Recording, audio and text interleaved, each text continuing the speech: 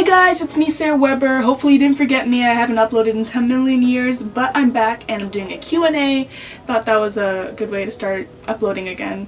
Hopefully I keep uploading again. I asked you guys on Instagram on my story with that little question sticker thing for questions for a Q&A video for YouTube, and you guys sent me in some pretty good questions this time around. So let's go. Do you prefer DC or Marvel? I'm not a huge fan of either, but I'll say Marvel. Do you take lessons for any instrument or are you self-taught? I'm self-taught. When I started going to high school, I was in high school for music, so I was taking voice lessons there, but aside from that, I haven't taken any private lessons or anything. Favorite gay icon? Probably Alexis Giselle. Also Ari Fitz. Ari Fitz is a homie. She's awesome. But Alexis Giselle, she's out here living her best life, I find. Did you know that I love you? You know what, Youngha? I love you too. How do you deal with the hate and stigma with being in a gay relationship? I personally haven't really faced any hate because of being in gay relationships. It's been pretty chill.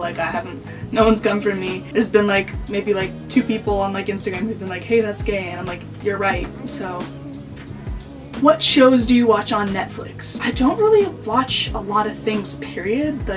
I watch stuff on YouTube, but I don't really watch Netflix too often.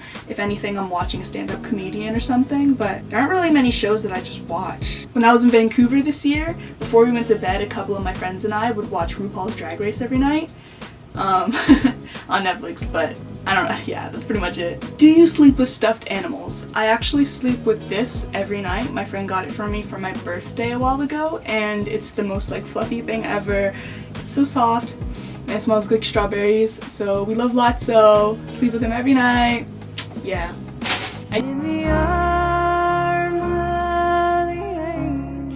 Can you show us your tattoos? Yes.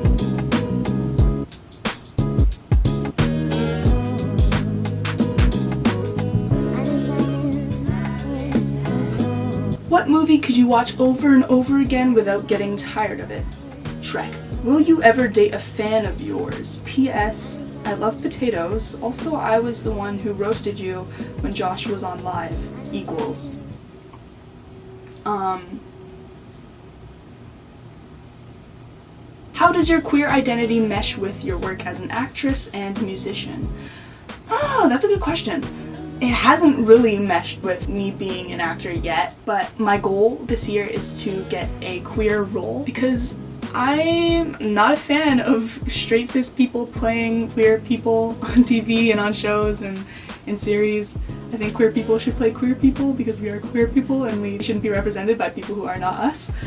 But yeah, that's a goal of mine. And with my music, I don't know, I don't think it really changed my music in any way. This question was asked by one of my friends, Vic, that I recently met at a party, and she ended up inviting me to play a gig with her, and that space where we played was a queer and people of color inclusive space, which I find super cool because I never really been to a place that's specifically that. So that was pretty cool, and through that, making music and being creative with other queer / people of color is cool because you meet more queer / people of color who are being creative and they're not always represented or they're not always visible, you don't always see them, so it's great to network with people in the same community as you. So I don't know if that answered the question. Make some tunes, throw a show or something. As an actress, what is your dream role? I kind of already answered this. I just really want to get a role playing a queer character. Also, I want to expand on acting and challenge myself. I don't want to go too hardcore and have some next dramatic scene, but most of the things I've been doing has been based off of my musical ability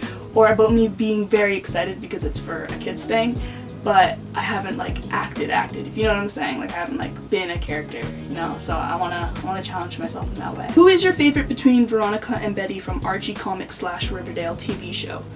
Well, those are 2 very different things. I was so disappointed when Riverdale came out because they were like, oh my god, it's like the Archie comics. I was like, whoa, a TV show about the comics I used to always read. And then it came out and had nothing to do with the comics, but it's fine.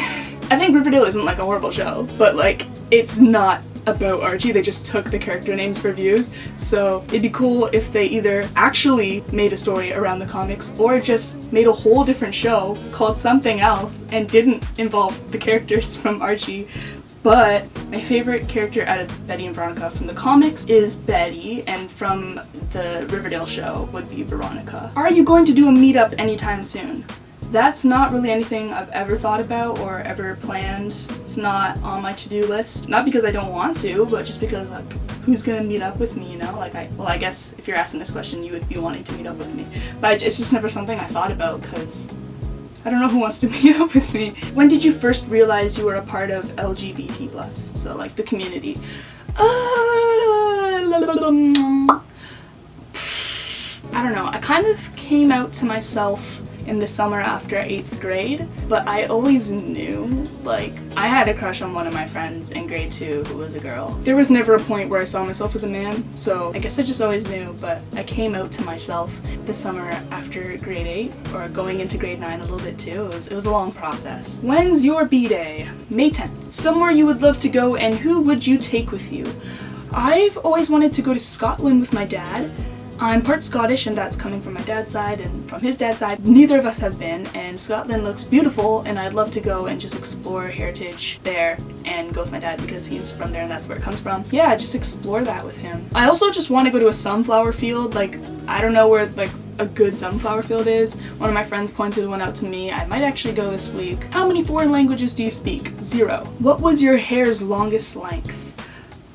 Probably about, like, here when it was straightened.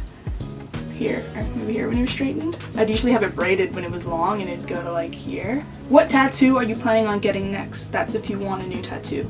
I definitely want lots of more tattoos. I know what I want to get next, but I'm deciding of where I want it, so I don't want to go schedule that yet because I don't want to do anything I'm going to regret. But I want to get a cicada tattoo. Most of my tattoos have to do with like nature and good memories I've had either at the cottage or just like camping. So I want to get a cicada because whenever I'm at the cottage, I wake up to the sound of the cicada and it's just so peaceful. It's the only thing I hear and it just reminds me of those good times at the cottage. Was there ever a time in your life where you felt you weren't being authentic? Most definitely. Probably prime time for that was grade 8. Everyone was going through puberty. Everyone was at their peaks of puberty, at least in my school. People started dating each other and I kind of felt peer pressured into getting a boyfriend that I didn't want, and because of that I started to dress more feminine so I wouldn't emasculate him, and it was just a whole unnecessary thing that happened. It's just like a cringy, like if you look back at photos, it's like definitely then. I do kind of wish I felt confident enough to just keep being myself as I had been the years before. You know, it was just that time of growing up where things get weird and it happened. It's fine. I'm me now, so it's fine. Sunscreen?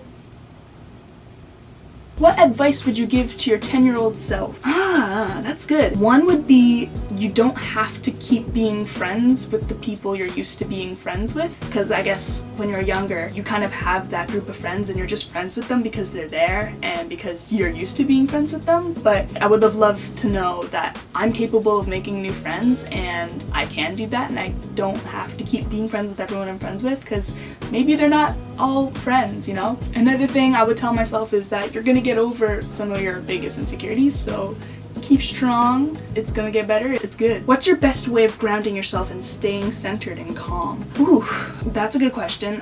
I myself am someone who's dealt with anxiety a lot. I have some OCD, which stands for obsessive compulsive disorder, and I'm not saying that as in like, oh, I like when all my shoes are like neat, or I never have a messy room, or I like to write out everything like in order. And like, no, it's not just like because you like one thing in order. Like, I'm pretty sure everyone has something that they want in order. But for example, I only turn left.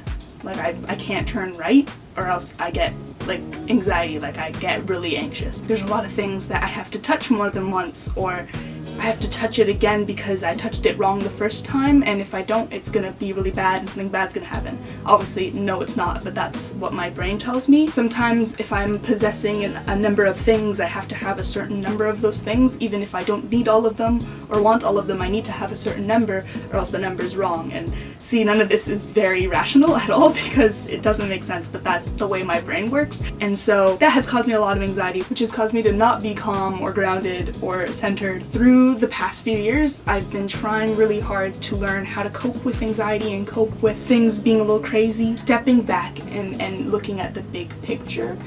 And a lot of times I try to remind myself when something's like freaking me out, I think about something else that freaked me out a long time ago and how it is solved now. I have to remember that things that are out of my control are out of my control. I can't do anything about it. I just can choose how I react to it, and that's not easy, but you have to just give yourself reminders, practice dealing with it. That sounds so vague and like uninformative, but I don't know how to like put it in words. Also, when I first started talking to Kira, she would send me some like audio meditations that I could listen to on my phone, and a lot of those helped a lot. Like when I was going through something, I would just plug in and listen to whatever meditation she had sent me that like relates with what I'm going through at the time. But yeah, I don't know if I answered that question right, or if I even took it in the correct direction that you meant for it to go. I don't know if you meant grounded as in like staying humble, or if like grounded as in like staying calm, because you wrote calm too. But that is that. Please date me. Sorry, I have a girlfriend. What's your favorite ship of all time in a TV show? Again, I don't know, because I don't really watch much TV. I know like through the years that I've watched TV shows, there's definitely probably a few that I was really like, I ship you. But I can't even think about that right now, because like I don't even remember. Ooh, here's one that I kind of thought about while I was watching The Fosters. It would never happen based off the characters. When Callie goes to that home with Rita for all the girls who don't have families, one of the girls there is named Daphne, and she had a kid named Tasha, and blah blah blah blah. So Daphne and Mariana. That would never happen. Their characters, like, I don't even think ever talk. She's only in like 1 or 2 seasons. Like, she's not, like, Daphne doesn't ever like come back. I don't know, I feel like that'd be cool. Like, their characters wouldn't at all mesh, but I think like just their looks. So I'll leave it at that. I've answered quite a few questions. Thanks for sending in your questions. You had some good questions this time. Really good ones. Let me know in the comments section what you want to see next from me. I'll probably just keep doing some covers or something. But if you have any like talking videos or different ideas that could be cool other than covers, let me know, because I'd like to get creative and do something different. I do have a cool idea for a different video that's gonna come up. It's gonna be a collab, but I'll keep that on the low for now. I'm not gonna tell you what it is. But yeah, that's pretty much it. Subscribe, please. Like this video if you enjoyed it, and I'll catch you later. Bye!